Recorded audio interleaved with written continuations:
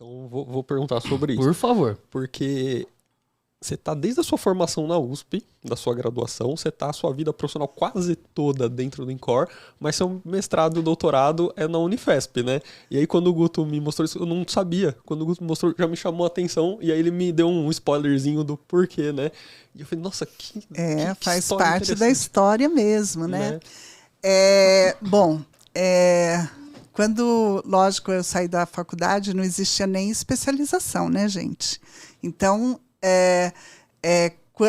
quando se pensou alguma coisa que você poderia ser um pouco mais treinado naquela área profissional, eu fui fazer um curso que seria uma especialização, embora não recebesse esse o nome, em Buenos Aires, com Alfredo Coelho, onde a Marina já tinha ido, Maria da Glória também tinha ido, e eu fui. Isso foi em 86.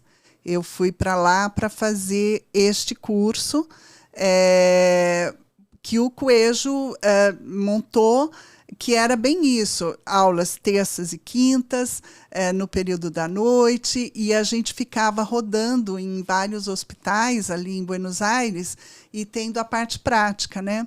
Eu já trabalhava, né, no INCOR, eu já sabia bastante coisa, tal, já tinha uma prática boa, mas precisava viver essa experiência e foi muito rico, foi muito bom. No meio do curso, o INCOR me chama, porque a nossa chefe estava indo embora, né, e eles precisavam que eu voltasse. E logo em seguida eu assumi a chefia, né, do serviço de fisioterapia. Até aquele momento era sessão de fisioterapia, né? Existe uma diferença aí. Daí, o que acontece? A gente começa com o nosso curso de aprimoramento, né, em 88, que tem um caráter muito bom, né, de treinamento, e depois começa a se falar em montar as especializações.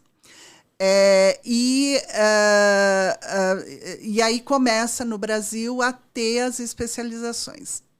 Mas, um ponto legal, eu fui convidada um dia pela enfermagem para dar uma aula de exercício respiratório, numa jornada de enfermagem. E quando eu estou lá, tinha um médico que estava chegando do Canadá, que ele tinha passado com o Dr. McLean, que era o suprassumo de músculo respiratório, né? Tinha todo um laboratório de músculo, para estudo de músculo respiratório, e essa pessoa também ia falar de fisiologia dos músculos respiratórios. E era o Dr. Jardim. Né? Foi aí que eu conheci, né? E eu falei, nossa, que interessante. E nós já fazíamos a nossa jornada de fisioterapia respiratória, que era um sucesso também, assim, enchia aquele Rebouças, 700 pessoas, assim. E na próxima jornada eu convidei o Dr. Jardim, né? E para dar essa aula, né? E foi nesse momento que ele falou assim, olha, a gente está pensando em abrir o mestrado lá para a área não médica, porque até então era médico. Na USP, nós só podíamos fazer mestrado e doutorado em áreas básicas. Então, era lá no ICB, fazendo fisiologia com os ratinhos, que era algo que eu nunca quis fazer na minha vida, porque eu queria fazer gente, eu queria fazer pesquisa em pessoas, né? Eu queria estudar isso, uma coisa muito clínica, muito prática e tal. Então, eu poderia ter ido muito tempo antes, mas eu teria que fazer essa estrada. E 2 fisioterapeutas que tinham feito já essa estrada se tornaram mais fisiologistas, dando aula de fisiologia, que não era. Eu queria continuar atendendo o paciente, né? Aí daí, o Dr. Jardim gostou muito, né, da minha aula e tal, e eu trazia os exercícios que eu tinha aprendido com Alfredo Coelho, né, que não era só o suspiro inspiratório, ele é dono de um conjunto muito bonito de exercícios. E eu falei, Jardim, eu gostaria de estudar como é que esses exercícios se processam, né? Qual é a base dele, o que eles mexem, o que eles fazem, né? E ele falou, mas eu tenho um aparelho lá e tal. Aí eu fiquei indo na Escola Paulista para ver se o bendito aparelho que ele tinha lá funcionasse. Era um pletismógrafo, na realidade, mas eu nem sabia na ocasião o que era aquilo, mas faltava uma célula. Então, assim, a gente ficou um ano esperando, idealizamos o trabalho, pensamos, sem pensar no mestrado ou doutorado, porque até então era algo assim, né? Não sei se vai ter, se tal. Mas a gente queria fazer esse trabalho, eu queria estudar essa linha e tal, mas faltava essa bendita célula que nunca chegou, na realidade. Então, e aí, a gente fez um evento no INCOR, junto com o Zé Otávio, o nosso chefe da anestesia, diretor maior aí da anestesiologia, né, nosso professor titular. E foi um evento que teve muito sucesso e, financeiramente, resultou em 10 mil, que agora eu não sei se é reais ou qualquer outro dinheiro, mas era 10 mil. E com 8 mil eu conseguiria comprar um Respitrace, que era um aparelho americano que daria para estudar a configuração tóraco-abdominal. Então, e com o Dr. Jardim, ele falou, ótimo, vamos comprar, vamos fazer o seu estudo aqui, tal. Então, a gente comprou, né, eu consegui com a Fundação Zerbini comprar, adquirir o aparelho, e nesse momento sai o mestrado lá na Escola Paulista. Então, eu poderia fazer esse estudo contando com a orientação do professor Jardim, e estudando exercício respiratório, que era o que eu queria fazer, independente de ter título ou não, era isso que eu queria estudar.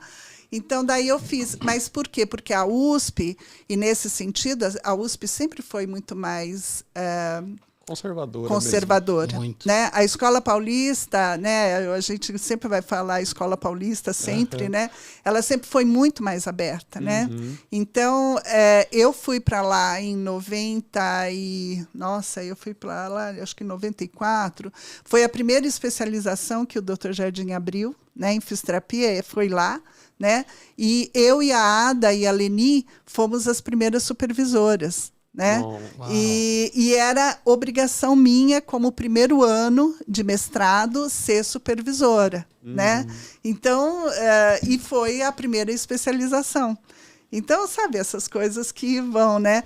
A partir daí, a partir do mestrado, eu passei a ser chamada por muitas universidades, porque era necessário titulação para abrir cursos de especialização, né? Então, eu fiquei viajando muito, Brasília, Fortaleza, viajei pelo Brasil todo, porque era importante na composição, né, da grade lá dos professores ter pelo menos o mestrado, né? E como eu tinha, Maria da Glória, né? A gente fez muita parceria nesses... Era eu, Maria da Glória, Hélio Pio e Azeredo. Eram os 4 dando aula. Os 2 não tinham titulação, mas nós tínhamos, né? Então compensava. Sabe a reunião do Olimpo? E aí, né?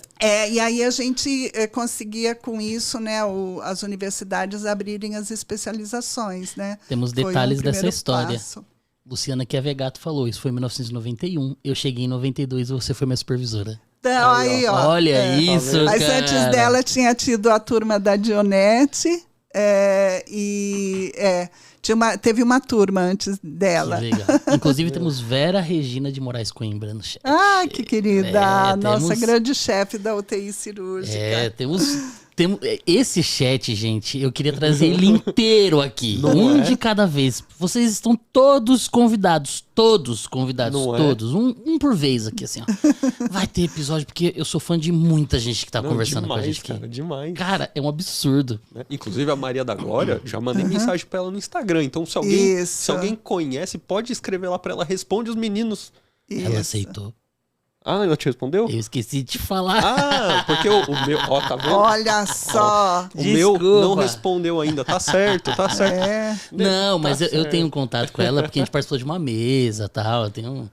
Eu tenho uns contatos, tem o WhatsApp da professora Aí, Maria da isso, Glória. olha, tá Que íntimo. isso, você Tem que usar os brincando? Tá contatinhos. íntimo. Os Não, contatinhos. íntimo nada, é professora. É só boa tarde. para fazer assim um the end nisso, né? Eu acho que a Escola Paulista, principalmente por meio do Dr. Jardim, foi assim um elemento fundamental na evolução da fisioterapia respiratória, sabe? Do mesmo jeito que eu cito o Alfredo Coelho, que tanto influenciou, né, esses físios nossos, né? Então Maria da Glória, Marina, né? Eu, outras pessoas que depois foi o Espiridião, né? Ele influenciou porque a gente trouxe um outro jeito de fazer fisioterapia, né? Porque até então era uma fisioterapia altamente clássica, com tapotagem, drenagem postural, né? Vibração, compressão. Importante. E o Dr. Jardim traz essa coisa da defesa, né, do fisioterapeuta e da fisioterapia, né, e abre a Escola Paulista, né, para gente, né, no sentido de que a USP demora um tempo, né, para fazer isso, né, ela demora um tempo, ela só abre mesmo na hora que, sabe aquela coisa, o time está ganhando mesmo, eu tenho que reconhecer e ir pro vestiário e chorar lá, né, então um pouco isso.